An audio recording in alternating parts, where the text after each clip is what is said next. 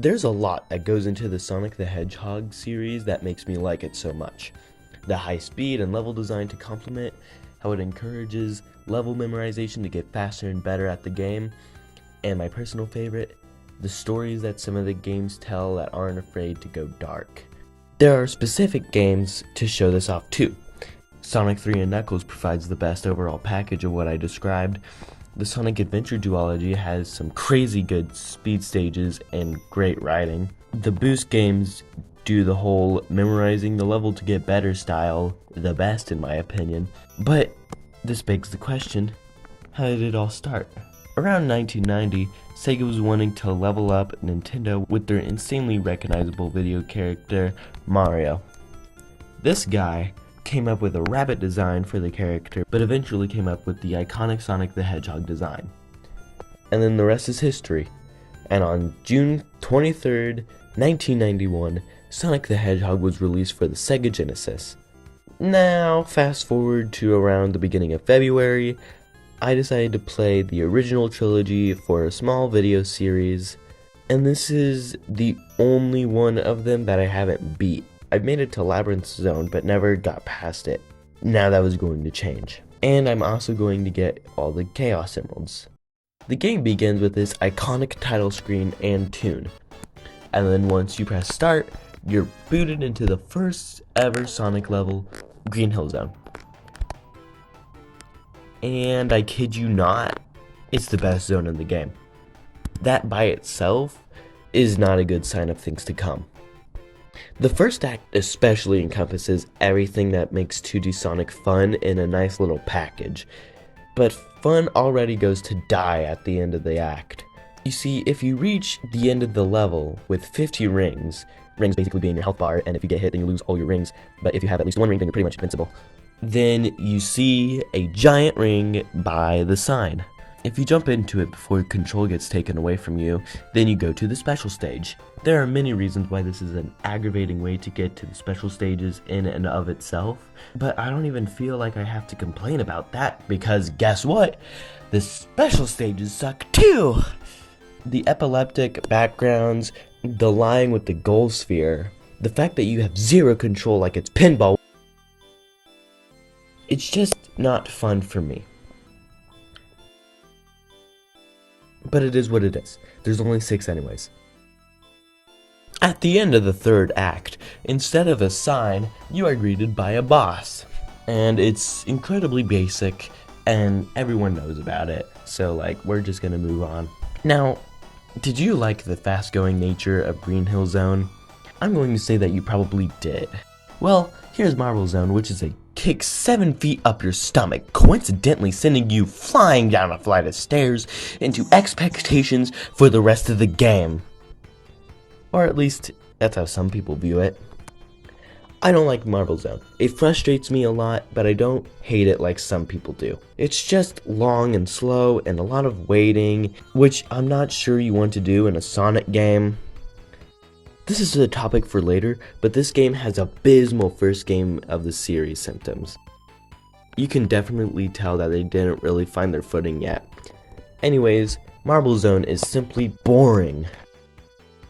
So I got 2 more annoying Chaos Emeralds and make it to the boss, which is pretty simple, much like Green Hill Zone. This brings us to Springyard Zone, and boy, do I have a bone to pick with Springyard Zone. Okay, so Act 1 doesn't start out too bad. Things are going just fine, I'm timing my crouches with the music, everything is going okie dokie. But then I run into him. Spinner just existing is so annoying. First off, he respawns, so if you don't kill him, then he will come back.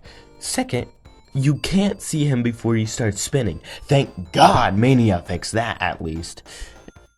And Spinner over here is just the beginning of my compliments with this zone. Compliments. Unlike Marble Zone, Springyard does have some physics-based platforming, kinda. It has a lot of ramps, which shows you the speed that you can get, which is great. But they do it in the most proof of concept way possible. It's more like, look at the speed that you can get instead of using said speed to your advantage. There are a few ramps where it seems like you can get some speed, but there are some obstacles that make it hard to get any speed. And they're also hard to avoid by default. Or maybe I'm just bad. Outside of these ramps, it's just Marble Zone in terms of speed. But it's all fine when I can just cope! So, after all that, the boss fight is just annoying. So, I finally get all of the Chaos Emeralds and we're off to Zone 4.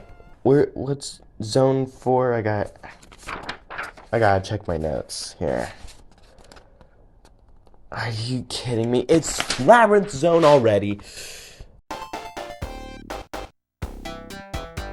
Everything you've heard about this zone is true. It's just annoying in every sense of the word. The only good thing about this zone is that Sonic actually looks blue under the water instead of the weird purple color that he has. So first off, this is an underwater level. And unlike something like Aquatic Ruin or Hydrosity, there is just nothing you can do to avoid the water. The water is not the punishment for performing badly, it is the zone's gimmick, which is never fun. On top of that, slower movement makes the hard to predict enemies even harder to dodge.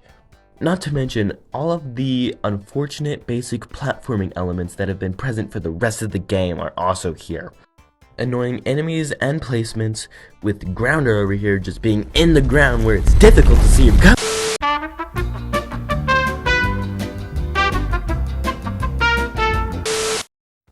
Overall, just mean level design with these ceiling spikes. Like, come on guys.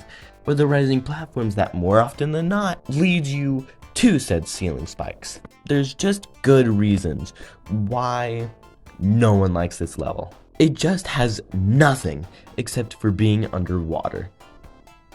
The boss is pretty stupid. It's just platforming with water coming towards you, and if you get hit, then you could end up going all the way back down. It's annoying, but not the worst. Next up, oh god. Next up is Starlight Zone. A zone I have heard good things about, but a zone that I am not a big fan of. Unlike the other 3 zones at this point, this actually has some speed focus level design the way that Green Hill has it. So that's cool. Although in Act 1 there is this one part where you just die if you're going too fast. In a section where they make it easy for you to go fast. Make it make sense. Music is really good though. One of my biggest problems with this zone is the little bomb boys over here. They're so overused, and sometimes they have them in like a really big line and it's like, guys! And oh man, there was this section in Act 3 where you have to launch yourself on a seesaw and then avoid 2 bomb boys and then jump on these moving platforms. And I don't even have words for this. Just look at this! Don't even get me started on those stupid fans. They're so janky, and there was this one that I was struggling with for a long time. Because this fan like sent Sonic in the other direction that it was pointing. On top of all of this, Starlight Zone has a terrible lack of checkpoints, which a zone of this difficulty should have. Starlight Zone is simply not fun if you're just playing the level as intended. The boss is alright. He drops spikes onto these seesaws and you have to jump on the other side of them to hit Robotnik with the spikes. It's effective enough and it can be pretty difficult. So that brings us to Scrap Brain Zone, the final zone of the game before the boss. Scrap Brain Acts 1 and 2 go back to form with this game, meaning that they have a lot of basic platforming elements and waiting. Look at this stuff right here, man. Just the first act is a perfect example of everything that this game does that I do not at all like. The first act especially encompasses everything that makes 2D Sonic fun and a nice little package. The only thing keeping me going, especially after that last zone, was the fact that there were no more special stages and I only have to beat the game at this point. Act 2 is fine for the most part. There are some parts that are aggravating, but Act 3 actually takes a new version of a previous zone. Maybe it'll be Green Hill or something. Hold on, I gotta go get my notes over here because I forgot the zone. Labyrinth Zone Act 4. I have no words for this. Just go back to the Labyrinth Zone section and all the feelings stay the same. Only difference is that the water is different, which means Sonic no longer becomes the blue color and he becomes pink. Since that's gone, there is nothing to like about this act. I can't spare any more words on this. We're moving on from this atrocity and moving on to the final zone. I really like the music here. It's insanely climactic. The way the boss works is that you are in an enclosed space. 4 pillars, 2 are in the ceiling, and the other 2 are in the... 2 of the pillars will attempt to crush you. Robotnik will be in one of these pillars, and that's your opportunity to strike. After they go back to their spot, 4 laser ball things will make their way towards you.